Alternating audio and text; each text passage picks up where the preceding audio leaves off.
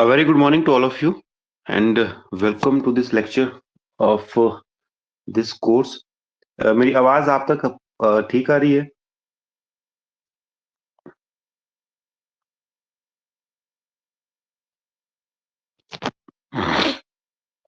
ठीक है, चलिए फिर क्लास को शुरू करते हैं। आप सबका वेलकम है इस क्लास में।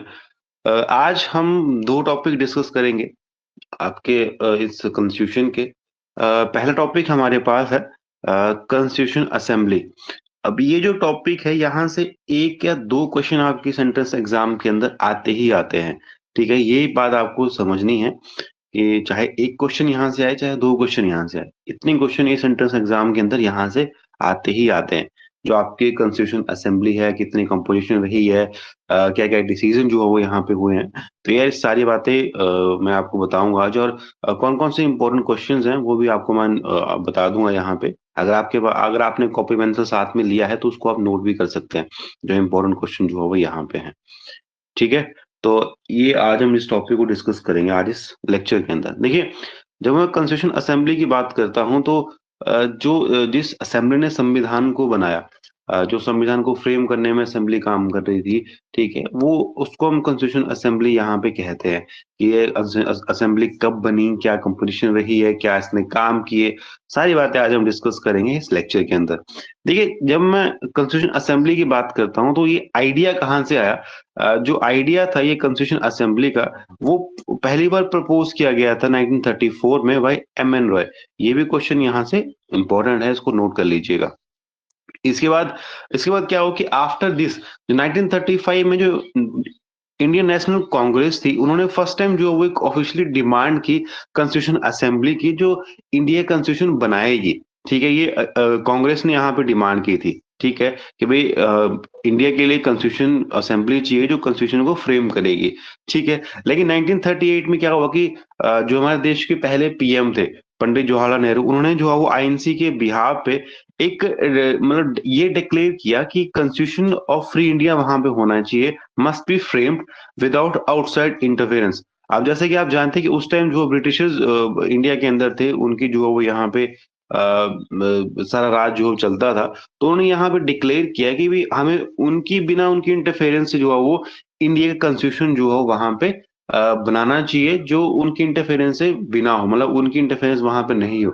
अगर उनकी वहां पे इंटरफेरेंस होगी तो वो चीजें अपने वहां पे डालेंगे, वो जो हम चीजें करना चाहते हैं इस देश के अंदर, चीजें डालना चाहते हैं संविधान में, कॉन्स्टिट्यूशन में, वो हम नहीं डाल पाएंगे। चलो, ये तो प्रीवियस डिस्कशन थी 1934, 1935, 1938 के अंदर। लेकिन जब हम कॉन्स्टिट्यूशन असेंबली की बात करते हैं तो वो 1946 के अंदर जो है वो बनी थी, उसको फ्रेम किया गया था on the basis of cabinet mission plan. अब ये भी क्वेश्चन यहाँ से इंपॉर्टेंट है, कैबिनेट मिशन प्लान कब आया? ठीक है, और जो आपकी कॉन्स्टिट्यूशन असेंबली है वो कौन से प्लान पे बेसिस के ऊपर बनी थी? तो ये भी क्वेश्चन आपके सेंटेंस बन जाता है यहाँ पे। जो आपका कैबिनेट मिशन प्लान था 1946 के अंदर आया था, और उसी बेसिस के ऊपर जो आपकी कॉन्स्टिट्यूशन असेंबली है उसको फॉर्म किया गया था। ये क्वेश्चन आप इसको नोट जो है वो कर सकते हैं कॉपी पेंसिल लेके। ठीक है, अ, अब इसके बाद हम ब्रीफ में डिस्कस करते हैं the composition of constitute assembly. ठीक है, अब जो टोटल स्ट्रेंथ थी इस कॉन्स्टिट्यूट असेंबली की, वो थी 389। ठीक है, ये भी क्वेश्चन यहाँ से कई बार बन जाता है कि टोटल जो स्ट्रेंथ थी इसकी वो थी 389। ठीक है, लेकिन यहाँ पे जो 296 सीट्स थी, ये बात आपको समझनी है कि जो 296 सीट्स थी वो अलॉट की गई थी फॉर ब्रिटिश इंडिया, मतलब जहां पे ब्रिटिश का पोजेशन था। और 93 सीट्स यहाँ पे अलॉट की गई थी प्रिंसली स्टेट्स को। ठीक है, ये आपको यहाँ पे ये चीजें याद रखनी है कि 389 जो वो टोटल थी। ठीक है, और उसके बाद 296 जो है वो ब्रिटिश इंडिया को अलॉट की गई थी, और 93 जो है वो प्रिंसली स्टेट्स को यहाँ पे सीट जो है वो अलॉट यहाँ पे की गई थी। ठीक है, अब इलेक्शन जो है ना, अब ये इलेक्शन जो हुए 296 सीट्स पे, जो आपके ब्रिटिश को अलॉट की गई थी या फिर जो प्रिंसली स्टेट थी, वहां पे इलेक्शन है जुलाई अगस्त 2000 सॉरी 1946 में यहाँ पे जो इलेक्शन हुए थे। ठीक है, अब जब इलेक्शन वहां पे हुए उसके बाद जो आपके 296 सीट्स थी वहां पे, जो 208 सीटें वो कांग्रेस ने वहां पे जीती, 73 सीट्स थी वो मुस्लिम लीग ने यहाँ पे जीती, और जो 15 सीट रह गई यहाँ पे, वो जो आपके स्मॉल ग्रुप से इंडिपेंडेंट बंदों ने वहां पे वो रिमेनिंग सीट्स यहाँ पे अपनी जीत हासिल की। लेकिन जो आपके देखिए जो आपके 93 सीट थी जो प्रिंसली स्टेट्स को अलॉट की गई थी, वो सीट नहीं भरी, क्योंकि उन्होंने जो है वो इस असेंबली से अलग रहने की बात वहां पे बोली कि हम इस वक्त इसका पार्ट नहीं बनना चाहते हैं, हम यहाँ से अलग रहना चाहते हैं। तो 93 सीट्स जो है वो वहां पे फिलअप नहीं की गई थी। ठीक है, तो ये कंपोजिशन यहाँ पे होगी। तो यहाँ से क्वेश्चन जो आपका बन जाता है, वो एक तो आपकी कंपोजिशन में क्वेश्चन आपका बनता है कि कितनी सीट्स वहां पे थी, और ब्रिटिश इंडिया को कितनी सीट अलॉट की गई, प्रिंसली स्टेट को कितनी सीट अलॉट वहां पे की गई, और कितनी सीट किसने जीती। ठीक है, तो ये क्वेश्चन आपके यहाँ से बन जाते हैं, तो इसको आप नोट यहाँ पे कर लीजिएगा। इसके बाद हम यहाँ पे डिस्कस करते हैं वर्किंग ऑफ कॉन्स्टिट्यूशन असेंबली की। ठीक है, ये इंपॉर्टेंट है, यहाँ से मेनली यहाँ से क्वेश्चन बन जाते हैं।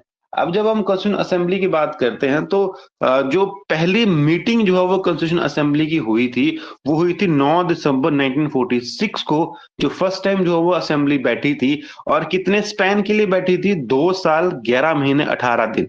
ये टाइम पीरियड जो है वो आपका लगा था संविधान बनने के लिए। तो कई बार ये भी क्वेश्चन आपका इस एंट्रेंस एग्जाम के अंदर आ जाता है कि संविधान को बनने में कितना टाइम लगा, और पहली बार मीटिंग जो है वो कॉन्स्टिट्यूशन असेंबली की कब हुई थी। ठीक है, 2 साल 11 महीने 18 दिन में जो है वो हमारा जो कॉन्स्टिट्यूशन है वो बन के जो है वो रेडी हुआ था। ठीक है, और इस पीरियड में जो है वो 11 सेशन इस असेंबली के हुए थे। तो ये क्वेश्चन भी इंपॉर्टेंट है, नोट इनको कर लीजिएगा। जब आप चीजों को ध्यान से पढ़ेंगे ना, जो आप इसको इनको आप जो है वो इनको एक सही फ्रेम में पढ़ेंगे, मतलब कि स्टेप बाय स्टेप इनको आप चीजें पढ़ेंगे, तो आपको चीजें याद भी होंगी और समझ भी आएंगी। अगर आप इसको बीच बीच से चीजें उठाएंगे और पढ़ेंगे, तो वो आप उन बातों को आप भूल जाएंगे। ठीक है, तो जो इंपॉर्टेंट क्वेश्चंस होते हैं उनको आप एक कॉपी पेंसिल लेके नोट भी कर लिया करो, या फिर अगर आप लाइव क्लास में नोट नहीं कर रहे हैं, तो जब आप उसके बाद लेक्चर को देखा करो और वहां से जो क्वेश्चन बनते हैं आप उनको नोट कर लीजिएगा। ऐसा नहीं कि आपको पूरी पीडीएफ ही आपको नोट कर लेनी है, पूरी कॉपी में आपको उतार लेनी है। इंपॉर्टेंट क्वेश्चंस को आप वहां पे नोट कर लेंगे तो ज्यादा वो बेटर रहेगा। ठीक है, तो मैंने आपको पहले ही बताया कि जो आपकी कंस्टिट्यूट असेंबली थी वो 9 दिसंबर 1946 को न्यू दिल्ली में पहली बार जो है वो बनी थी। ठीक है, इन द कॉन्स्टिट्यूशन हॉल, जो अब जो है वो central hall of parliament house है। ठीक है, तो इस बात को यहाँ पे समझिएगा आप। ठीक है, और जब पहली बार जो वो कॉन्स्टिट्यूशन असेंबली वहां पे बैठी, तो जो फर्स्ट टेम्पररी चेयरमैन थे इस असेंबली के, वो थे डॉक्टर सच्चिदानंद सिन्हा। ये भी क्वेश्चन आपके सेंटेंस एग्जाम के अंदर बन जाता है। लेकिन उसके बाद 11 दिसंबर 1946 को डॉक्टर राजेंद्र प्रसाद को पहली बार जो उसको जो है वो प्रेसिडेंट जो है वो इस असेंबली का जो है वो बनाया गया, और वाइस प्रेसिडेंट थे वो थे हरेंद्र कुमार मुखर्जी, और कॉन्स्टिट्यूशन एडवाइजर थे वो थे वीएन राव।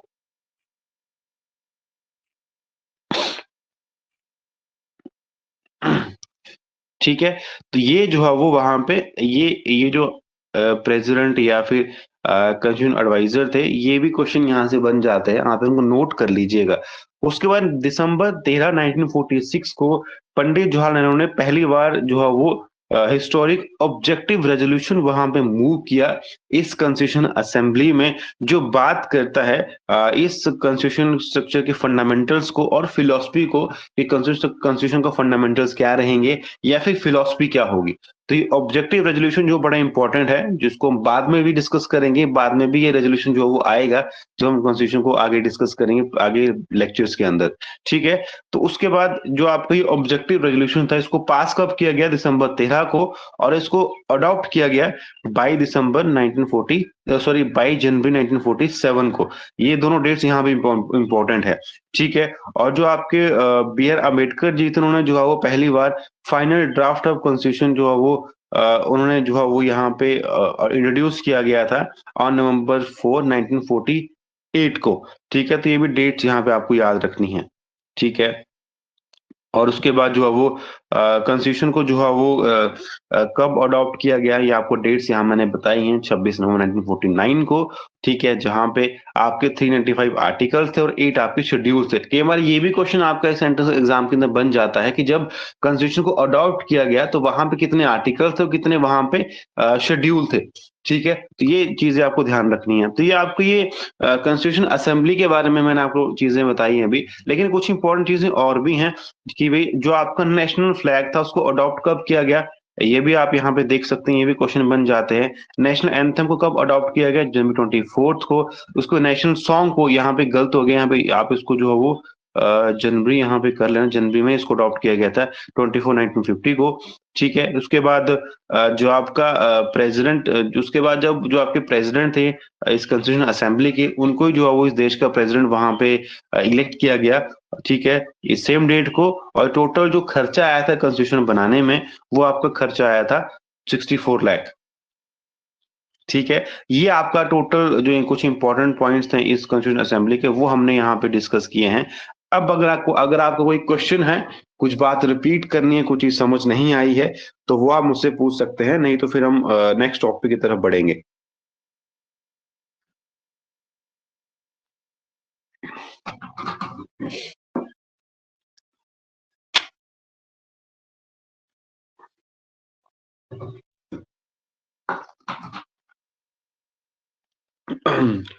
कोई किसी का क्वेश्चन है तो वो पूछ सकता है, यस से नो कर दो अगर क्वेश्चन नहीं है तो।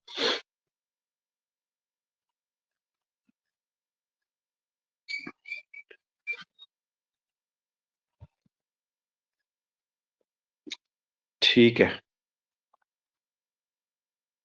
चलिए नेक्स्ट टॉपिक की तरफ हम बढ़ते हैं।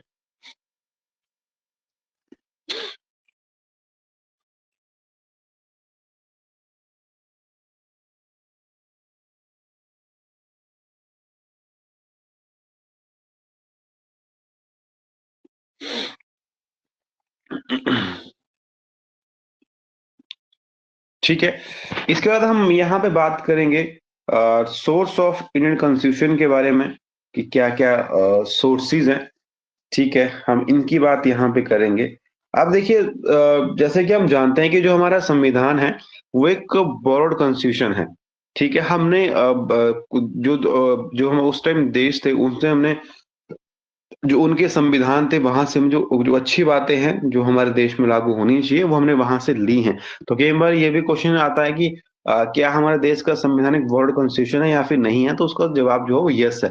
ठीक है, अब सबसे पहले हमारे पास यहाँ पे आता है गवर्नमेंट ऑफ इंडिया एक्ट 1935। जब हम हिस्ट्री को पढ़ रहे थे कॉन्स्टिट्यूशन की, तो वहां मैंने आपको बताया था कि जो आपको 1935 का जो एक्ट है, ये बड़ा इंपॉर्टेंट है, क्योंकि यहाँ से बहुत सारी चीजें जो है वो ली गई हैं आपके संविधान के अंदर। ठीक है, तो पहली बात जो यहाँ पे चीज अडॉप्ट की गई थी वो थी फेडरल स्कीम। फेडरल स्कीम का मतलब ये होता है कि यहाँ पे पावर का डिवीजन किया गया है। ऐसा नहीं कि सिर्फ यहाँ पे किसी एक की मोनोपोली है।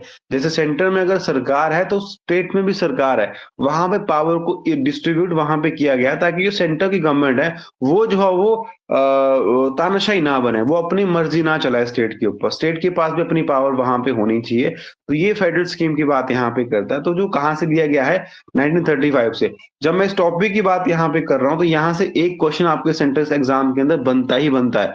ठीक है, क्योंकि एक ही क्वेश्चन वहां पे बड़ा इंपॉर्टेंट है, तो एक क्वेश्चन ही जो है वो आपके यहाँ से आएगा। तो वो चीजें आपको पता होनी चाहिए कि भाई कहाँ से कौन सी चीजें ली गई हैं इस हमारे संविधान के अंदर। ठीक है, दूसरी बात यहाँ पे गवर्नर का ऑफिस भी जो है वो यहाँ से लिया गया है। जुडिशरी की बात यहाँ पे की गई है। पब्लिक सर्विस कमीशन की बात यहाँ पे, और इमरजेंसी प्रोविजन की बात यहाँ पे की गई है। ठीक है, गवर्नर की बात हम नेक्स्ट आने वाले लेक्चर्स के अंदर करेंगे, विद आर्टिकल करेंगे। जुडिशरी की बात भी करेंगे, पब्लिक सर्विस कमीशन की बात भी करेंगे, और इमरजेंसी प्रोविजन की बात भी करेंगे। हम हर टॉपिक को वहां पे डिस्कस करेंगे, जो टॉपिक जो इस कॉन्स्टिट्यूशन का है, जहां से क्वेश्चन आपकी सेंट्रल एग्जाम के अंदर बन जाते हैं। लेकिन जब हम सोर्सेज की बात करते हैं इस एंट्रेंस एग्जाम के अंदर, वहां से एक क्वेश्चन आपका आता ही आता है। ठीक है, तो एक एक क्वेश्चन बड़ा इंपॉर्टेंट है। नेक्स्ट हमारे पास यूएसए आता है यहाँ से, क्योंकि देखो हमारे देश का संविधान जो रिटन कॉन्स्टिट्यूशन है, ठीक है, one the lengthiest written constitution है पूरे वर्ल्ड में हमारा। ठीक है, तो वो प्रोविजन कहाँ से ऐड किए गए? वो आपका यूएसए से रिटन कॉन्स्टिट्यूशन। प्रेसिडेंट की इम्पीचमेंट कैसे होती है, वो पूरा प्रोसीजर भी जो है वो यूएसए से लिया गया है। क्योंकि यूएसए में प्राइम मिनिस्टर नहीं होता है, वहां पे प्रेसिडेंट होता है। उसको चूज कैसे करते हैं, उसकी इम्पीचमेंट कैसे होती है, वो भी प्रोसीजर ज्यादा जो है वो हमने जो है वो यूएसए से लिया है। फिर प्रेसिडेंट के फंक्शंस क्या है, वाइस प्रेसिडेंट के फंक्शन क्या है, वो भी जो प्रोसीजर है, वो सारा फंक्शन जो है वो यूएसए कॉन्स्टिट्यूशन से लिए गए हैं। फिर सुप्रीम कोर्ट और हाई कोर्ट के जजेस को कैसे रिमूव करते हैं, ये भी हमने जो प्रिंसिपल्स है, जो जो ये जो अथॉरिटी है, ये भी सारे हमने कहाँ से लिए गए हैं? यूएसए के कॉन्स्टिट्यूशन से लिए गए हैं। जैसे आजकल भी जो है वो एक जज के खिलाफ भी जो है वो इम्पीचमेंट मोशन लाने की बात वहां पे हो रही है, जिसके घर में कैश मिला था ऐसा कहा जा रहा है। बाकी कैश किसने वहां पे छोड़ा, क्या पूरी सच्चाई है, ये तो बाद में जब उसकी इंक्वायरी होगी तो वहां भी पता लगेगा कि भाई कैश उनका था या किसी और का था, वो तो बात की बात है। लेकिन वहां पे इम्पीचमेंट प्रोसीडिंग को लाने के बाद वहां पे जो है वो हो रही है। ठीक है, इम्पीचमेंट प्रोसीडिंग कैसे होती है इसको हम जब लेक्चर डिस्कस करेंगे सुप्रीम कोर्ट हाई कोर्ट का, हम वहां भी डिस्कस करेंगे इनकी इम्पीचमेंट कैसे होती है, कैसे किसी जज को वहां पे हटाया जाता है। ठीक है, फिर फंडामेंटल राइट्स की बात भी यहाँ पे की गई है, ये भी हम डिस्कस करेंगे नेक्स्ट लेक्चर्स के अंदर। ये फंडामेंटल राइट ये बहुत इंपॉर्टेंट है इस एंट्रेंस एग्जाम के पर्पज के लिए। ठीक है, तो ये हमारा यूएसए यहाँ पे हो गया। ठीक है, उसके बाद यूएसए से जुडिशियल रिव्यू भी लिया गया है।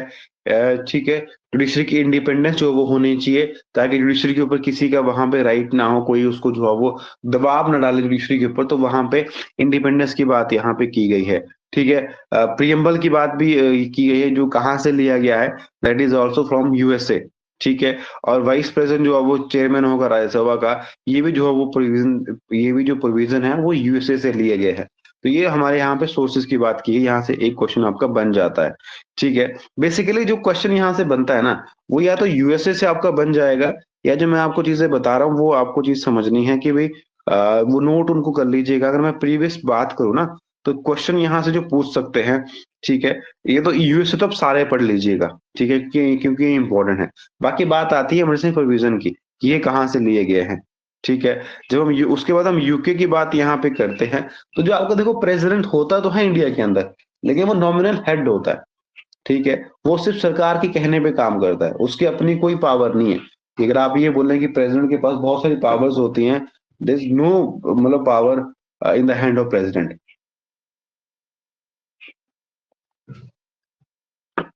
ठीक है, प्रेसिडेंट सिर्फ नॉमिनल हेड होता है। ठीक है, वो यूके से वहां पे लिया गया है। एक बाई कैमरल पार्लियामेंट यहाँ पे होती है।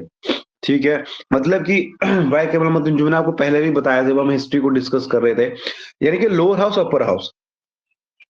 ठीक है, यहाँ पे से लोअर हाउस लोकसभा होती है, अपर हाउस राज्यसभा है। ठीक है, तो वो भी प्रोसीजर जो जो प्रोसीजर है, या जो ये अच्छी बात है कहाँ से ली गई है, ये आपकी ली गई है यूके से।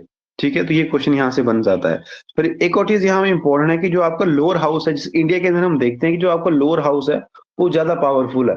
लेकिन कि क्योंकि वहां पे जो मेंबर्स ऑफ पार्लियामेंट होते हैं, वो डायरेक्टली वहां पे चुने जाते हैं, जनता उनको चुनती है। जो आपके लोकसभा के मेंबर्स होते हैं, जो वोटिंग होती है, क्योंकि वहां की मेजोरिटी सरकार बनती है, जो सेंट्रल गवर्नमेंट में सरकार रहेगी, वो वहां की मेजोरिटी से ही सरकार वहां पे बनेगी।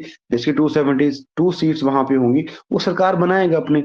ठीक है, तो जो आपका लोअर हाउस होता है वो ज्यादा पावरफुल होता है। ठीक है, और जो आपके काउंसिल ऑफ मिनिस्टर्स होते हैं वो रिस्पॉन्सिबल होते हैं लोअर हाउस के लिए। ठीक है, ये नहीं कि अगर मान लो लोअर हाउस में सरकार की मेजोरिटी नहीं है तो सरकार आपकी गिर जाएगी।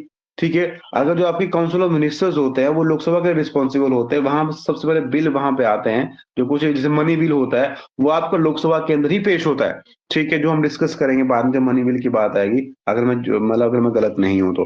ठीक है, जो आपके काउंसिल ऑफ मिनिस्टर्स होते हैं वो लोकसभा के रिस्पॉन्सिबल होते हैं, उनको वहां पे अपनी मेजोरिटी शो करनी होती है। ठीक है, पीएम जो होता है उसको अपनी मेजोरिटी शो करनी होती है लोकसभा के अंदर। अगर उनकी मेजोरिटी वहां पे है तब सरकार बची रहेगी, मेजोरिटी नहीं है तो वहां पे जो उनकी सरकार वहां पे गिर जाती है। तो ये सारे प्रोविजन कहाँ से लिए गए हैं, आपके यूके से लिए गए हैं। फिर लोकसभा का स्पीकर का जो फंक्शंस है, पोस्ट है, वो भी यूके से ली गई है। फिर कैबिनेट सिस्टम ऑफ मिनिस्टर्स वहां पे होगा, ये भी यूके से है। Post of prime minister, parliament type of government, writs. ठीक है, रिट्स की बात भी जो है वो यहाँ पे कहाँ से ली गई है, ये भी आपके जो है वो यूके से ली। रिट्स की बात भी हम जो है वो आर्टिकल 32 के अंदर करेंगे। ठीक है, जो आपके फंडामेंटल राइट के अंदर आता है, डिटेल में डिस्कस करेंगे। देखिए जो आपका यूके होता है वहां पे प्राइम मिनिस्टर होता है। ठीक है, वहां प्राइम मिनिस्टर जो है वो अपॉइंट्स होते हैं। ठीक है, तो ये पोस्ट भी वहां से ली गई है। फिर पार्लियामेंट टाइप ऑफ गवर्नमेंट वहां पे होती है। ठीक है, लोग चुन के उनको भेजते हैं, सरकार जो है वो, जो एमपी हम चुनते हैं वो पीएम को चुनते हैं। ठीक है, फिर वो लॉ हमारे देश को रन करती है। तो ये सारी बातें यूके से वहां पे ली गई हैं। यहाँ से जो मैंने स्टार्टिंग में आपको बताया, बाय पार्लियामेंट लॉ पावरफुल, ये क्वेश्चन यहाँ से बन जाते हैं। ठीक है, उसके बाद हम यहाँ बात करते हैं यूएसएसआर की, यानी कि जो प्रेजेंट में रशिया है, हम उसकी बात यहाँ पे करते हैं। वहां से जो है वो हम फंडामेंटल ड्यूटी जो आर्टिकल 51A आज हमारे पास आता है, तो उसकी बात यहाँ पे की गई। वो यहाँ से कहाँ से ली गई? यूएसएसआर से लिए गए हैं। फिर जो 5 ईयर प्लान जो है वो भी जो है वो रशिया से लिए गए हैं, यानी कि यूएसएसआर से लिए गए हैं। और जो आपके जब हम प्रियम्बल को डिस्कस करेंगे, वहां पे जस्टिस की बात की गई, चाहे वो सोशल जस्टिस है, चाहे वो इकोनॉमिक है, चाहे वो पॉलिटिकल जस्टिस है। ये जो थीम है, ये जो आइडिया है, ये लिया गया है आपके रशिया से, यानी कि यूएसएसआर से। ठीक है, तो ये बात यहाँ पे हमारे पास आती है। नेक्स्ट हमारे पास यहाँ पे ऑस्ट्रेलिया है। ठीक है, वहां से कंकरेंट लिस्ट जो 7 शेड्यूल में बात की गई है हमारे कॉन्स्टिट्यूशन के, क्योंकि देखो 3 तरह की लिस्ट की बात हमारे संविधान के अंदर की गई है। आपके यूनियन लिस्ट है, आपकी स्टेट लिस्ट है, आपकी कंकरेंट लिस्ट है। यूनियन में जो है वो आपकी सेंट्रल गवर्नमेंट लॉ बनाती है। जो आपकी स्टेट लिस्ट है, वहां पे स्टेट गवर्नमेंट लॉ बनाती है। जो आपकी कंकरेंट लिस्ट है, वहां पे दोनों सरकार लॉ बना सकती हैं। लेकिन अगर दोनों सरकारों में कॉन्ट्रडिक्शन होता है, तो सेंट्रल गवर्नमेंट का जो लॉ होता है वो प्रिवेल होता है, वो आगे फॉरवर्ड होता है। तो जो आपकी कंकरेंट लिस्ट का जो कॉन्सेप्ट है, जो 7 शेड्यूल में बात की गई है, वो कहाँ से लिया गया है? That is from Australia. ठीक है, उसका जो प्रियम्बल की लैंग्वेज है, वो भी कहाँ से थीम कहाँ से है? वो भी ऑस्ट्रेलिया से ली गई है। और उसके बाद आर्टिकल 108 यहाँ पे है, जो बात करता है ज्वाइंट सिटिंग ऑफ 2 हाउसेस की। ठीक है, जब जो है वो आपके लोकसभा और राज्यसभा जो है वो, जब दोनों हाउसेस की ज्वाइंट सीटिंग होती है, तो वो भी प्रिंसिपल, वो भी कॉन्सेप्ट कहाँ से लिया गया है? That is from Australia. और freedom of trade and commerce, ये भी आपका जो कॉन्सेप्ट है, ये लिया गया है ऑस्ट्रेलिया से। अब देखिए यहाँ से जो क्वेश्चन आपका बनता है, वो एक क्वेश्चन यहाँ, 2 क्वेश्चन यहाँ से बनते हैं। पहला कंकरेंट लिस्ट और दूसरा आपका ज्वाइंट सीटिंग ऑफ 2 हाउसेस। ठीक है, और एक और क्वेश्चन यहाँ से आ जाता है। ये मैं क्वेश्चन आपको बाद में भी पढ़ाऊंगा जब ज्वाइंट सीटिंग की बात करूंगा, लेकिन मैं अभी भी आपको बता देता हूँ कि जो आपका ज्वाइंट सीटिंग, एक क्वेश्चन आया भी है प्रीवियस एंट्रेंस एग्जाम के अंदर, कि जो आपके जब ज्वाइंट सीटिंग होती है 2 हाउसेस की, उसको हेड कौन करता है? उसको जो है वो चेयर कौन करता है? ठीक है, तो वो लोकसभा का स्पीकर होता है। ठीक है, जो वहां पे उसको जो है वो आगे, मतलब उसको हेड करता है लोकसभा के 2 हाउसेस की जो सेशन होता है, जब ज्वाइंट सीटिंग होती है। ठीक है, तो ये क्वेश्चन प्रीवियस एंट्रेंस एग्जाम के अंदर आया भी है। आपने ये, जब आपने एंट्रेंस एग्जाम पेपर देखे होगे, तो वहां पे आपने ये क्वेश्चन देखा होगा कि ये क्वेश्चन पूछा गया है। ठीक है, जब हम जापान की बात करते हैं, तो सुप्रीम कोर्ट किस लॉ के तहत सुप्रीम कोर्ट वहां पे फंक्शन करेगा? तो ये जो है वो जापान से यहाँ पे लिया गया। ये ज्यादा इंपॉर्टेंट क्वेश्चन यहाँ पे नहीं है। ठीक है, उसके बाद नेक्स्ट चीज हम यहाँ पे डिस्कस करते हैं, इसके बाद जर्मनी से। अब देखिए, ये भी इम्पोर्टेंट यहाँ पे है कि जो आपके जब इमरजेंसी प्रोविजन कहाँ से लिए गए हैं? 1935 जो आपका ये एक्ट है, वहां से लिए गए हैं। जो गवर्नमेंट ऑफ इंडिया 1935 का एक्ट है। लेकिन जो आपके फंडामेंटल राइट्स हैं, ठीक है, अब बात तो हम करते हैं ना कि वो जो है वो हमारे पास फंडामेंटल राइट है, हमें बोलने की आजादी है, हमें कहीं भी घूमने की आजादी है, अपने रिलीजन को प्रोसेस करने की हमारे पास आजादी है। लेकिन वो आजादी जो है वो एब्सोल्यूट नहीं है, उसके ऊपर जो है वो रिस्ट्रिक्शन वहां पे लगाई गई हैं। ठीक है, कब होती हैं? जब आपका जब आपकी इमरजेंसी वहां पे लगती है, जब वहां पे जो आपके फंडामेंटल राइट होते हैं वो सस्पेंड हो जाते हैं। ठीक है, लेकिन सारे सस्पेंड नहीं होते हैं। 2 ऐसे राइट होते हैं जो सस्पेंड नहीं होते हैं। वो कौन कौन से राइट होते हैं? जो हम फंडामेंटल राइट को टॉपिक को डिस्कस करेंगे, वहां पे हम इस चीज को डिस्कस करेंगे कि जो आपके जब इमरजेंसी लगती है हमारे देश के अंदर, जो है वो इमरजेंसी लगी है, कितनी बार लगी है, ये भी हम वहां पे डिस्कस करेंगे जब हम इमरजेंसी प्रोविजन को डिस्कस करेंगे। ठीक है, जब इमरजेंसी होती है, तो वहां पे जो आपके फंडामेंटल राइट्स होते हैं वो सस्पेंड हो जाते हैं। लेकिन 2 ऐसे फंडामेंटल राइट होते हैं जो सस्पेंड नहीं होते हैं। वो कौन कौन से होते हैं, ये हम वहां पे डिस्कस करेंगे जब हम फंडामेंटल राइट को डिस्कस करेंगे। ठीक है, तो ये भी इंपॉर्टेंट क्वेश्चन यहाँ से बन जाता है। उसके बाद हम बात यहाँ पे करते हैं कनाडा की। ठीक है, ये सबसे इंपॉर्टेंट बात यहाँ पे की गई है, फेडरलिज्म विद स्ट्रॉन्ग सेंटर। जब मैंने आपको स्टार्टिंग में बताया, जो हम फेडरल स्कीम की बात करते हैं, मतलब कि वहां पे डिस्ट्रीब्यूशन ऑफ पावर की बात यहाँ पे की गई है हमारे संविधान के अंदर भी, कि किसी एक को स्ट्रांग नहीं बनाया है, कि सेंटर को हमने ज्यादा स्ट्रांग नहीं बनाया कि सेंटर अपनी मनमानी करेगी, अपनी तानाशाही करेगी। हाँ, बहुत सारे मामलों में सेंटर जो है वो स्ट्रांग है, लेकिन स्टेट की भी अपनी जो है वो एक इंडिपेंडेंस है, स्टेट की भी अपनी जो है वो एक पावर्स उनके पास दी गई हैं, जहां पे वही लॉ बना सकती है। ठीक है? तो मतलब फेडरलिज्म तो है हमारे देश के अंदर, लेकिन स्ट्रॉन्ग सेंटर भी है। ऐसे बहुत सारे मामले हैं जहाँ पे सेंटर बहुत स्ट्रॉन्ग रखा गया है। तो ये जो प्रोविज़न है, जो कॉन्सेप्ट है, ये हमने लिया है कनाडा से, ठीक है? और distribution of power between the central government and state government, ये भी कॉन्सेप्ट हमने कहाँ से लिया है? कनाडा से लिया है। और सुप्रीम कोर्ट वहाँ पे एज़ सुप्रीम कोर्ट की वहाँ पे जुडिक्शन होती है, वो एडवाइस वहाँ पे देता है, ठीक है? ये भी जो कॉन्सेप्ट है, जो प्रिंसिपल है, वो कहाँ से लिया गया है? That is from Canada constitution, ठीक है? ये बात आपको यहाँ पे समझनी है। जो एक क्वेश्चन यहाँ से बनता है, वो आपका सॉरी 2 क्वेश्चन यहाँ से बनते हैं। ये फेडरलिज्म और दूसरा आपका डिस्ट्रीब्यूशन ऑफ पावर, ठीक है? क्योंकि पता क्या होता है ना, लोग यहाँ पे कन्फ्यूज़ इसलिए होते हैं कि डिस्ट्रीब्यूशन ऑफ पावर्स की बात यहाँ पे की गई है, तो वहाँ पे लिस्ट आपको क्वेश्चन में लिस्ट आपको वहाँ पे दे दी जाएगी कि स्टेट लिस्ट, कंकरेंट लिस्ट या फिर डिस्ट्रीब्यूशन ऑफ पावर के बाद जो है वो ये प्रिंसिपल कहाँ से लिया गया है। तो कई बार लोग कन्फ्यूज़ होते हैं। कंकरेंट लिस्ट जो लिया गया ऑस्ट्रेलिया से, वहाँ पे भी कन्फ्यूज़ होते हैं और यहाँ पे भी कन्फ्यूज़ होते हैं। तो ये चीज़ आपको कन्फ्यूज़न ये दूर करना है कि जब पावर की डिस्ट्रीब्यूशन की बात की जाएगी तो वो आपके कनाडा आएगा, और जब कंकरेंट लिस्ट की बात यहाँ पे की जाएगी, ठीक है, वो आपका जो है वो कहाँ से वो कौन है, वो आपका ऑस्ट्रेलिया है। तो ये बात आपको यहाँ पे समझनी है, आपको कंफ्यूज यहाँ पे नहीं होना है, ठीक है। उसके बाद हम बात करते हैं आयरलैंड की। जब जो आपका कॉन्सेप्ट है डीपीएसपी का, यानी कि जो आपके directive principle of state policies होते हैं, जो सिर्फ एक डायरेक्शन में काम करते हैं, हमारे संविधान के अंदर भी हैं, ठीक है, फोर्थ पार्ट के अंदर हमारे पास ये आते हैं, ठीक है, तो उनकी बात भी हम करेंगे, ठीक है। वो कहाँ से लिए गए? दैट इज फ्रॉम आयरलैंड, ठीक है। अब प्रेसिडेंट के इलेक्शंस कैसे होते हैं, ये जो मेथड है, ये भी आपका आयरलैंड से लिया गया है, ठीक है।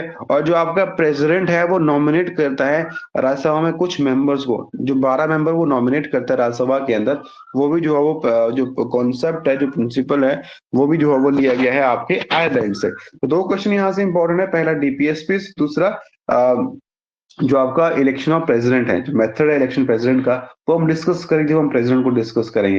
हालांकि ये मेथड जो है वो एग्जाम के अंदर नहीं आता है कि भाई क्या कैसे कैसे वोट शेयरिंग होता है, कैसे असेंबली वोट करती है, कैसे एमपीज वोट करते हैं, ठीक है, प्रेसिडेंट के इलेक्शन में, ठीक है। लेकिन ये मेथड आ सकता है, ठीक है, तो ये क्वेश्चन यहाँ से बन जाते हैं, ठीक है। उसके बाद हम यहाँ पे डिस्कस करते हैं साउथ अफ्रीका को, ठीक है। और उससे पहले फ्रांस हमारे पास यहाँ पे आता है। जो फ्रांस यहाँ पे जो कॉन्सेप्ट ऑफ रिपब्लिक है कि हमारा देश जो है वो संविधान के ऊपर चलेगा, वो कॉन्सेप्ट लिया गया फ्रांस से। और प्रियम्बल के अंदर जो है वो वहाँ पे हमारे पास लिबर्टी, इक्वलिटी, फर्टर्निटी की बात प्रियम्बल के अंदर की गई है। नेक्स्ट टॉपिक आपका प्रियम्बल ही है, जहाँ पे प्रियम्बल को डिस्कस करेंगे। तो ये भी जो प्रिंसिपल्स हैं, ये भी आपके फ्रांस से लिए गए हैं। उसके बाद साउथ अफ्रीका हमारे पास आता है, ठीक है। वो साउथ अफ्रीका है आपका, वहां पे राज्यसभा मेंबर्स के इलेक्शंस कैसे होते हैं और कॉन्स्टिट्यूशन के अंदर जो है वो अमेंडमेंट कैसे की जाती है, ये जो दोनों प्रोविजंस हैं, ये भी आपके साउथ अफ्रीका से लिए गए हैं। अब यहाँ से जो इम्पोर्टेंट है वो है आपका अमेंडमेंट, ठीक है, कि कॉन्स्टिट्यूशन के अंदर जो अमेंडमेंट का जो प्रिंसिपल है, जो कॉन्सेप्ट है, ये कहाँ से लिया गया है, ठीक है। तो ये आपके एक तरह सोर्स ऑफ इंडियन कॉन्स्टिट्यूशन हो गए। हालांकि कुछ समझने के लिए यहाँ पे नहीं है, सिर्फ आपको आपको चीजें याद करनी है कि कौन सी चीज कहाँ से ली गई है, ठीक है। अब कुछ फीचर्स यहाँ पे हैं, वो मैं शॉर्ट में आपको डिस्कस यहाँ पे कर देते हैं। पहला लेंथेड कॉन्स्टिट्यूशन, रिटन कॉन्स्टिट्यूशन है, या मैंने आपको पहले बताया, ठीक है। वेरियस सोर्सेज यहाँ पे चीजें ली गई हैं, वो एक बॉर्डर कॉन्स्टिट्यूशन है, ठीक है। दोनों ये ब्लेंड ऑफ रिजिडिटी और फ्लेक्सिबिलिटी दोनों तरह से ये काम करता है, लेकिन कुछ मैटर्स में ये जो है वो बहुत रिजिड है, इन कुछ मैटर में फ्लेक्सिबल है, ठीक है। Federal system with unitary base, यहाँ जो मैंने पहले बताया कि फेडरल सिस्टम तो है यहाँ पे, स्टेट गवर्नमेंट में भी स्टेट गवर्नमेंट, स्टेट में भी गवर्नमेंट्स है, सेंटर में भी गवर्नमेंट है, लेकिन जहाँ पे जो है वो जो स्ट्रॉन्ग को यहाँ ज्यादा, जो सेंट्रल गवर्नमेंट है उसको ज्यादा स्ट्रॉन्ग यहाँ पे बनाया गया है। एक पार्लियामेंट्री फॉर्म ऑफ गवर्नमेंट यहाँ पे होती है, जुडिशरी की यहाँ पे इंडिपेंडेंस है यहाँ पे, और 3 टायर गवर्नमेंट यहाँ पे है। अब 3 टायर जब गवर्नमेंट की बात हम यहाँ पे करते हैं तो वो कैसे है? देखिए, सेंट्रल लेवल पे आपकी सेंट्रल गवर्नमेंट है, ठीक है। स्टेट पे आपकी स्टेट गवर्नमेंट है, ठीक है। और थर्ड में आपकी आपकी पंचायती राज सिस्टम आता है, वो भी आपके एक लोकल लेवल गवर्नमेंट होती है। तो वो इस तरीके से यहाँ पे जो 3 टायर सिस्टम हमारे पास यहाँ पे है। तो ये आप ये सोर्स ऑफ इंडियन कॉन्स्टिट्यूशन यहाँ पे हो गए, ठीक है। अब किसी का क्वेश्चन है तो वो पूछ सकता है, कुछ बात रिपीट करनी है तो वो आप मुझसे बोल सकते हैं कि आप इस टॉपिक को रिपीट कर दीजिए, ठीक है। नहीं तो हम अगर कुछ और टॉपिक डिस्कस करने हैं तो ये 2 टॉपिक आज हमने डिस्कस किए इस लेक्चर के अंदर, ठीक है। तो इतना ही आज हम डिस्कस करेंगे, 2 टॉपिक डिस्कस किए। अगर और टॉपिक डिस्कस करना है तो वो आप मुझे यस या नो करके बता दीजिए, ठीक है। हम डिस्कस उसको वहां पे कर लेंगे, या फिर इतना ही काफी आज के लिए, तो वो भी मुझे आप बोल दीजिए।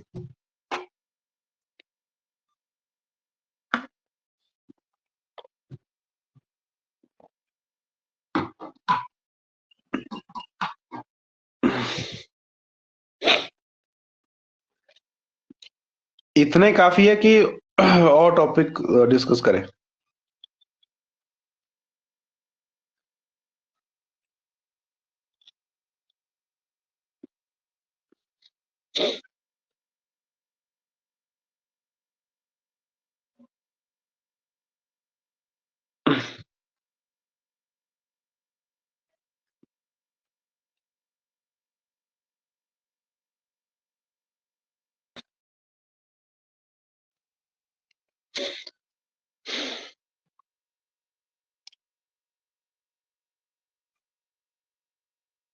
चलिए ठीक है, एक और टॉपिक हम शॉर्ट में डिस्कस कर लेते हैं। ठीक है, मतलब हम उस टॉपिक को थोड़ा आधा डिस्कस यहाँ पे कर लेते हैं। ठीक है, और उसके बाद फिर हम चीजों को देखते हैं, या फिर हम इस चीज को कल ही डिस्कस करते हैं। ठीक है, वो मुझे क्योंकि बाकी बोलेंगे तभी चीजें आएंगी, जो बाकी के जो और 5 मेंबर्स हैं। ठीक है, 4 मेंबर्स है, एक ने तो बोल दिया। आप अगर टॉपिक डिस्कस करना चाहते हैं तो मैं टॉपिक स्टार्ट करूंगा, हम शॉर्ट में डिस्कस करेंगे। ठीक है, इसके बाद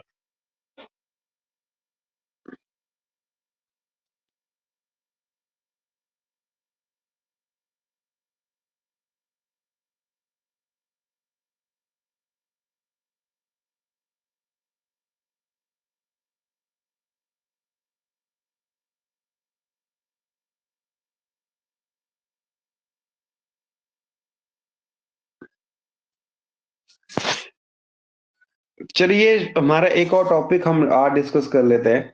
ठीक है, वो है आपका शेड्यूल्स ऑफ इंडियन कॉन्स्टिट्यूशन। यहाँ से भी एक क्वेश्चन आपके सेंटेंस एग्जाम के अंदर बन जाता है। ठीक है, ये हम इसको शॉर्ट में डिस्कस कर लेते हैं, क्योंकि इसमें ज्यादा समझने के लिए नहीं है। पीडीएफ नोट्स आपको मिल जाएगा, तो वहां से आप इसको पढ़ के भी समझ सकते हैं। ठीक है, इसमें जो है वो कितने शेड्यूल हैं मैं आपको एंड में डिस्कस करूंगा। ठीक है, कि भाई क्या सिस्टम रहता है, कितने शेड्यूल्स हमारे संविधान के अंदर हैं। ठीक है, उनको कब कब ऐड यहाँ पे किया गया है। ठीक है, तो ये सारी चीजें हम यहाँ पे डिस्कस करेंगे। देखिए, हमारे संविधान में जो टोटल 12 शेड्यूल हैं। ठीक है, जब संविधान लागू हुआ था, मैंने पहले बताया आपको, उस टाइम कितने शेड्यूल थे, तो ये कंफ्यूज यहाँ पे नहीं होना है, क्योंकि कई बार क्वेश्चन यहाँ से भी आ जाता है कि जब संविधान लागू हुआ वहां पे कितने शेड्यूल थे, और अब प्रेजेंट में कितने शेड्यूल है। ठीक है, तो वहां पे 12 मत लिखना, जब अगर उस टाइम जब लागू करने की बात वहां पे होगी। ठीक है, तो हमारा जो फर्स्ट शेड्यूल है ये बात करता है names of the states and their territorial jurisdiction. ठीक है, ठीक है, और name and duties and their territorial jurisdiction, ये बात आपका फर्स्ट शेड्यूल करता है। ठीक है, ये ज्यादा इंपॉर्टेंट यहाँ पे नहीं है। ठीक है, सेकंड शेड्यूल हमारे पास यहाँ पे बात करता है related to amendments allowances privilege to president of India, governor of the states. ठीक है, मतलब ये सारी लिस्ट यहाँ पे दी गई है। लोकसभा का चेयरमैन, डिप्टी चेयरमैन, लोकसभा का स्पीकर होते हैं, डिप्टी स्पीकर है। राज्यसभा का चेयरमैन, आपका deputy chairman, speaker of deputy speaker of legislative assembly in the states. ठीक है, legislative council in the states. ठीक है, सुप्रीम कोर्ट जजेस, हाई कोर्ट जजेस, और कैग जो आता है। अब ये बात करते हैं अलाउंसेस की और अमूलमेंट्स, यानी कि सैलरी की बात आपकी यहाँ पे करता है, जो आपके इस सेकंड शेड्यूल के अंदर बात की गई है। ठीक है, तो और थर्ड जो आपका शेड्यूल आता है ये बात करता है form of oath and affirmation for union ministers, candidate election of parliament, member of parliament. ठीक है, सुप्रीम कोर्ट के जजेस की बात यहाँ पे करता है। ठीक है, स्टेट मिनिस्टर्स की बात यहाँ पे की गई है। फिर आपके जो कैंडिडेट्स होते हैं for election of state legislature, उसकी बात यहाँ पे की गई है। मेंबर ऑफ स्टेट लेजिस्लेचर होते हैं उनकी बात यहाँ पर, और हाई कोर्ट के जजेस की बात यहाँ पे की गई है। मतलब उनकी जो ओथ की बात यहाँ पे की है और अफर्मेशन की बात यहाँ पे की गई है, कि उनकी ओथ किस तरीके से, कौन को ओथ दिलाएगा। ठीक है, तो ये सारी बात यहाँ पे जो है वो की गई है, जो आपका थर्ड शेड्यूल यहाँ पे बात करता है। ठीक है, फोर्थ शेड्यूल हमारे पास यहाँ पे बात करता है जो राज्यसभा के लिए जो सीट की एलोकेशन होती है to the states and union territories, वो आपका फोर्थ शेड्यूल हमारे पास यहाँ पे बात करता है। ठीक है, यहाँ से क्वेश्चन मेनली ज्यादा नहीं आते हैं। ठीक है, क्वेश्चन क्या आएंगे वो मैं आपको यहाँ पे बताऊंगा अभी। ठीक है, अब जो आपका फिफ्थ शेड्यूल आता है, यहां से क्वेश्चन बन जाता है। ये बात करता है provision relating to administration and control of schedule areas and schedule tribes. ठीक है। ये बात करता है शेड्यूल एरियाज और शेड्यूल ट्राइब्स की, ठीक है। ये बात आपको यहाँ पे करनी है, ठीक है। ये सॉरी, ये क्वेश्चन समझना है आपको, क्योंकि यहाँ पे बहुत सारा कंफ्यूजन होता है। कंफ्यूजन कहाँ पे होता है? कंफ्यूजन होता है फिफ्थ शेड्यूल और सिक्स शेड्यूल में। क्या कंफ्यूजन होता है मैं आपको बताता हूँ अभी। लेकिन जो आपका फिफ्थ शेड्यूल है वो बात करता है शेड्यूल एरियाज की और शेड्यूल ट्राइब्स की, उनके जो उनके रिलेटिंग टू जो प्रोविजंस होते हैं उनकी बात यहाँ पे करता है, ठीक है। जो आपका यहाँ से क्वेश्चन यही बन जाता है कि शेड्यूल एरिया शेड्यूल ट्राइब की बात जो है वो कौन से शेड्यूल के अंदर की गई है, ठीक है। ये आपका फिफ्थ शेड्यूल आता है। और जो आपका सिक्स शेड्यूल है वो बात करता है provision relating to administration of tribal areas की in the states of Assam, Meghalaya, Tripura, Mizoram, ठीक है। कई बार कंफ्यूजन इन्हीं दोनों को लेके होता है कि फिफ्थ में भी जो है वो एडमिशन की बात की गई है और सिक्स में भी की गई है। लेकिन जो आपका फिफ्थ है वो शेड्यूल एरिया और शेड्यूल ट्राइब्स की बात यहाँ पे करता है। जो आपका सिक्स है वो ट्राइबल एरियाज की बात यहाँ पे करता है in the state of Assam, Meghalaya, Tripura, Mizoram. ये चार स्टेट्स की बात यहाँ पे की गई है। तो यहाँ से क्वेश्चन दोनों जो शेड्यूल्स है बहुत इंपॉर्टेंट है। यहाँ से क्वेश्चन कई बार जो है वो इस एग्जाम के अंदर आ जाते हैं, ठीक है। सेवन शेड्यूल की बात करता है, जो आपके पावर को डिवीजन करने की बात करता है between the union and the state in terms of union list, state list, concurrent list. ये भी शेड्यूल हमारे आपके पास यहाँ पे इंपॉर्टेंट है, ठीक है। उसके बाद हम वहां पे बात करते हैं एट शेड्यूल की, जहां पे बात की गई है लैंग्वेज की। जो संविधान जो वो लैंग्वेज को रिकॉग्नाइज करता है, ठीक है। लेकिन जब संविधान लागू हुआ उस समय कितनी लैंग्वेज थी? उस समय जो है वो 14 लैंग्वेज हमारे संविधान के अंदर थी। लेकिन बाद में जो है वो अब प्रेजेंट में जो 22 लैंग्वेज जो है वो है, जिनको हम ऑफिशियल लैंग्वेज कहते हैं। हमारे देश की कोई भी नेशनल लैंग्वेज नहीं है, ये बात आपको यहाँ पे ध्यान में रखनी है। हिंदी हमारी नेशनल लैंग्वेज नहीं है, वो सिर्फ एक ऑफिशियल लैंग्वेज है। जैसे अदर 21 लैंग्वेज है, इंग्लिश भी जो है वो ऑफिशियल लैंग्वेज है, हिंदी भी ऑफिशियल लैंग्वेज है। There is no national language in our country.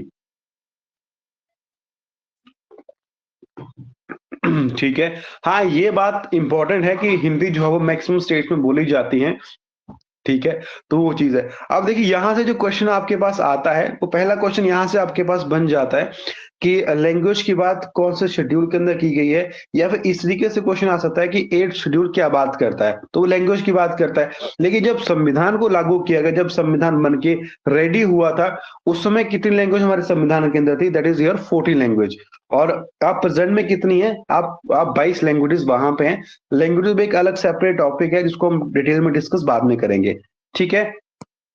उसके बाद हमारे पास यहाँ पे 9 शेड्यूल आता है, जो बात करता है it deals with the state act and regulation that deals with land reform and evolution of zamindari system, ठीक है। ये भी आपके पास शेड्यूल इंपॉर्टेंट है, जो लैंड रिफॉर्म की बात करता है या फिर जमींदारी सिस्टम को एवोल्यूशन करने की बात यहाँ पे करता है। तो इसको इस शेड्यूल को आप यहाँ पे नोट कर सकते हैं, ठीक है। अब इसको ऐड कब किया गया? मैंने पहले बताया ना आपको कि जब संविधान आपका लागू हुआ तब सिर्फ आपके वहां पे यहाँ तक थे। मतलब तब वहां पे 8 शेड्यूल थे, 12 नहीं थे। जब मैंने आपको कॉन्स्टिट्यूशन असेंबली डिस्कस की तो मैंने वहां पे आपको बताया था ये कि 395 वहां पे आर्टिकल्स थे और 8 आपके वहां पे शेड्यूल थे। 9 शेड्यूल कब ऐड किया गया? आपके यहाँ पे फर्स्ट अमेंडमेंट यहाँ पे हुई है 1951 के अंदर, एडेड द 9th शेड्यूल। अब ये भी क्वेश्चन आपके सेंटेंस एग्जाम के अंदर बन जाता है कि फर्स्ट अमेंडमेंट कब हुई थी और फर्स्ट अमेंडमेंट से कौन से शेड्यूल को ऐड किया गया, या फिर फर्स्ट अमेंडमेंट से क्या चीज हमारे संविधान के अंदर ऐड की गई थी, ठीक है। तो ये क्वेश्चन आपको यहाँ से बड़ा इंपॉर्टेंट क्वेश्चन है and it is the most important question, तो आपके सेंटेंस एग्जाम के अंदर आ सकता है। उसके बाद यहाँ पे बात की गई है 10th शेड्यूल की, जो बात करता है disqualification of the members of parliament and state legislature on the ground of defection, ठीक है। अभी लेटेस्ट एग्जांपल जो मैं आपको इसका दूं तो हिमाचल प्रदेश के अंदर अभी जो 6 विधायकों को जो डिस्क्वालीफाई किया गया था, ठीक है, वो किस लॉ के तहत किया गया था, ठीक है। अगर कोई मुझे बता सकता है उस लॉ का नाम, ठीक है, वो लॉ है एंटी डिफेक्शन लॉ, और वो यही शेड्यूल बात वहां पे करता है। अब वहां पे जो उनकी डिफेक्शन वहां पे हुई थी, वो हुई थी रिट्स को लेके। सॉरी, मैं भूल रहा हूँ वहां पे। वहां पे सरकार ने जो, हाँ सॉरी, विप को लेके उनकी डिफेक्शन वहां पे हुई थी। सरकार ने वहां पे विप इशू किया था। 3 तरह का विप होता है, first line, 2 line, 1 line, 2 line, 3 line. वहां पे सरकार ने 3 लाइन जो विप वहां पे इशू की वहां पे किया गया था। मैं प्रीवियस में भी बहुत सारे टाइम पे जो है वो डिफेक्शन वहां पे हुई है। मैं लेटेस्ट एग्जांपल आपको हिमाचल का दे रहा हूँ, जहां पे 6 विधायकों को डिस्क्वालीफाई किया गया था as a member of legislative assembly. ठीक है, तो वहां पे व्हिप इशू किया गया था। तो ये बात करता है आपका 10th शेड्यूल, जहां पे एंटी डिफेक्शन लॉ की बात की गई है, और इसको ऐड कब किया गया था? By 52nd amendment in 1985, known as anti defection law. ठीक है, ये भी क्वेश्चन आपके सेंटेंस एग्जाम के अंदर बन जाता है। ये करंट अफेयर भी है, ये करंट अफेयर भी जो है वो है यहाँ पे, तो आप इसको जो है वैसे भी नोट वहां पे कर सकते हैं। ठीक है, उसके बाद बात हमारे पास यहाँ पे की गई है 11th शेड्यूल की, जो बात यहाँ पे जो बात करता है पंचायत सिस्टम की, पंचायती राज सिस्टम की बात यहाँ पे की गई है। ठीक है, जहाँ पे 29 मैटर्स आते हैं। ठीक है, तो ये भी नोट आप यहाँ पे कर लीजिए, पंचायत को कब जो है वो ऐड किस शेड्यूल से ऐड किया गया था? That is your 11th schedule, और इसको किस अमेंडमेंट से ऐड किया गया था? By 73rd amendment 1992। ठीक है, ये भी क्वेश्चन यहाँ से इंपॉर्टेंट है। जब हम अमेंडमेंट को डिस्कस करेंगे तो वहां पे हमको जो इंपॉर्टेंट अमेंडमेंट्स है हम वहां पे इनको डिस्कस करेंगे। ठीक है, लेकिन ये भी बात मैं आपको अभी बता देता हूँ कि जो आपका 11th शेड्यूल है हमारे पास, उसको ऐड किया गया है बाय 73rd अमेंडमेंट 1992 के अंदर। ठीक है, दिस इज इम्पोर्टेंट क्वेश्चंस। और आपका जो लास्ट शेड्यूल आता है, या जो आपका 12th शेड्यूल है, ये बात करता है म्यूनसिपैलिटीज की। ठीक है, उनकी सिस्टम की बात यहाँ पे करता है। यहाँ पे 18 मैटर्स आते हैं, और इनको ऐड किया गया है 70 बाय 74th अमेंडमेंट 1992। ठीक है, तो ये आपके जो है वो हमारे संविधान के शेड्यूल्स हुए। तो यहाँ से जो क्वेश्चंस बन जाते हैं, मैंने आपको पहले बताया कि जब संविधान लागू हुआ वहां पे 8 शेड्यूल थे, और अभी प्रेजेंट में 12 शेड्यूल हैं। 8, 9, 9th, 10th, 11th, 12th को कब ऐड किया गया है, क्या चीजें वहां पे ऐड हुई हैं, ये क्वेश्चन आपके सेंटेंस एग्जाम के अंदर बन जाता है। और एक क्वेश्चन आपका इस टॉपिक से आता ही आता है। ठीक है, ये कुछ चीजें आपको समझनी है। ठीक है, तो ये आपका टॉपिक है। कोई क्वेश्चंस है? कोई किसी क्वेश्चन है इस टॉपिक को लेके तो वो मुझसे पूछ सकता है, या फिर हम इस यहीं पे इस क्लास को आज खत्म करते हैं।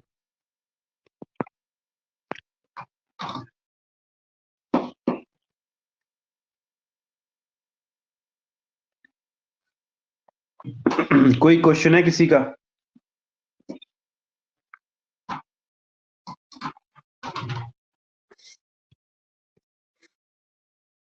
ठीक है, फिर चलिए फिर क्लास को यही खत्म करते हैं। Thank you so much for joining this class.